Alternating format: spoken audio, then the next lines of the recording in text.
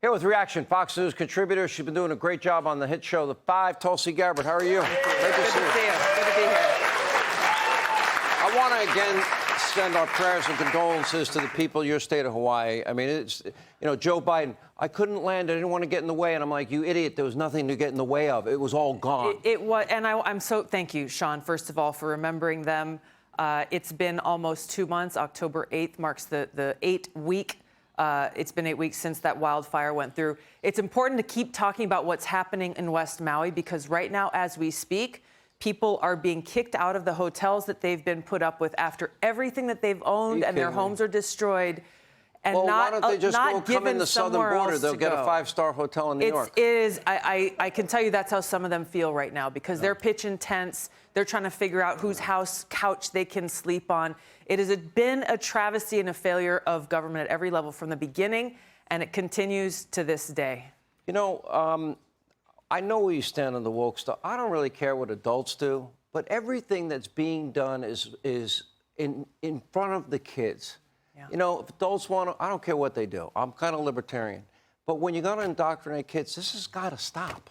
Where did trans story hour come from? Where did all this come from? You know, it points to a much deeper problem. All of these actions, the things they're doing.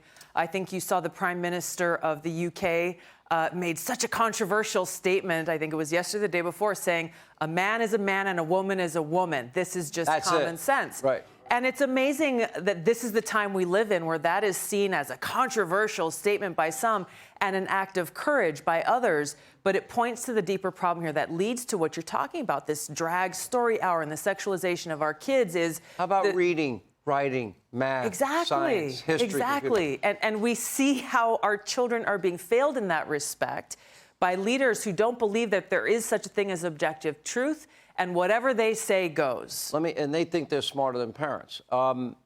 Last question. This came up. I've asked you in the past if you consider running for president. If Donald Trump, for example, wins the nomination, he has a pretty sizable lead, and made a call and said, Tulsi, I want you to run with me, what would you say? I look forward to having that conversation. How serious would that conversation be? That would be a very serious conversation. And what would be your main ask? I want to be in a position to help protect our country's freedom and to prevent us from getting into yet another catastrophic war. And I don't just want to be a picture on the wall. I don't want to just be somebody who cuts ribbons. I want to be in a position to actually serve our country. So you don't want to be Kamala? No. Okay, fair enough. Not on my worst day. Great to see you. Thank you Good for to see you, coming in. Sean.